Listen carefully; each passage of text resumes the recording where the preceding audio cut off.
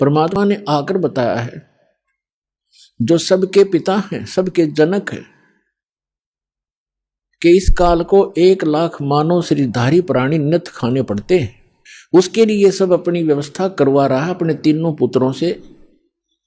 रजगुण युक्त ब्रह्मा जी को कर रखा है, सतगुण युक्त विष्णु जी को, और तमगुण युक्त श्री शिव जी को, शंकर जी को। इन तीनों से ही ये सब व्यवस्था अपनी करवा रहा है। ब्रह्मा जी से निकल रही तरंगों, उसके अंदर से निकल रही उस वासना से हम सभी जीव प्रभावित होते हैं और संतान उत्पत्ति करते ही करते हैं। भगवान शिव के अंदर से निकल रही सतोगुण की तरंगों, उसके अंदर वो वासना निकलती है जिससे हम प्रभावित होकर के यहां एक दूसरे के साथ मोह के अंदर, ममता के अंदर ग्रस्त रहते हैं। हमारे बस की बात नहीं कि हम यहां से ये मोह हटा सकें। तीसरा जो भगवान है श्री तमोगुण युक्त शंकर जी की, आप कार्यशैली से परिचित हैं कि वो संहार करते हैं। किस लिए करते हैं? जब पैदा हुए हैं तो मारने की क्या आवश्यकता है? पैदा किए हैं तो उनको मारा क्यों जाता है? हमारी बुद्धि काम करना बंद कर गई क्योंकि हमने ये प्रोसेस फाइनल मान लिया और कोई विकल्प नहीं। तो परमेश्वर ने आके बताया कि तीनों भगवान भले ही अपने अपने स्थानों पर रहते हैं, आपके प्रभु श्री विष्णु, श्री ब्रह्मा जी श्री रजोगुण युक्त, श्री विष्णु जी सतोगुण युक्त और श्री शंकर जी तमोगुण युक्त, ये अपनी अपनी राजधानी, इनके द्वीप हैं, नगरी हैं, ऊपर लोक है, शिवपुरी है, विष्णु लोक है, विष्णुपुरी है, ब्रह्मापुरी है। ये वहां रहते हैं, लेकिन उनकी जो उनके अंदर से निकल रहे गुणों की, जो गुणों का प्रभाव है, जो वासना है, जो उनके अंदर से निकल रही रेंज है, वो रेंज है उनकी। इन 3 लोकों पर उनकी रेंज है, पृथ्वी लोक, पाताल लोक और स्वर्ग लोक। तो वहीं से वो प्रभावित कर रहे हैं यहां पर सबको।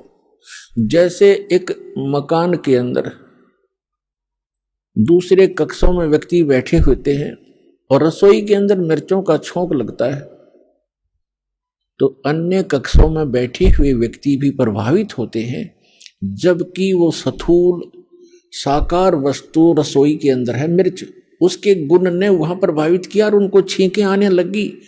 उनके बस की बात नहीं कि उन छींकों को वो रोक सके किसी कीमत में। ठीक इसी प्रकार ये तीनों काल के पुत्र श्री ब्रह्मा जी, श्री विष्णु जी, श्री शिव जी भले ही हमसे दूर बैठे हैं, उनके अंदर से निकल रही जो उनके महक है, उनके अंदर से जो गंध है, वो हमें यहां पर भी प्रभावित कर रही है, जिस कारण से हम संतान उत्पत्ति करते हैं।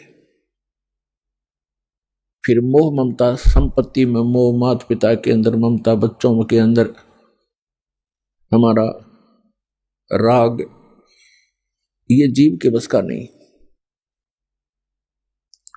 और मृत्यु हमारे बस नहीं, क्योंकि ये भगवान शिव का डिपार्टमेंट है, जो काल भगवान ने इनको सेवा दे रखी है। अब नौकर, जैसे कोई कसाई का नौकर है, अब वो नौकरों की क्या पार बसाएगी कि वो कहेगा जिसको कि इतने बकरे ला के इस बाड़े में मेरे इस स्टॉक में ला के छोड़ दे, वो लाएगा। और दूसरे नौकर की सेवा लगा रखी है कि इन सब बकरों को तू इनकी सेवा कर, इनको चरा, जल पिला, गर्मी सर्दी से बचा, यहाँ रख, पालन कर इनका, वो करेगा ही करेगा। और तीसरे नौकर की उसने ड्यूटी लगा रखी है कि तू मुझे जितने आवश्यक हो निकाल के यहाँ ला, इनको काट और सप्लाई करो।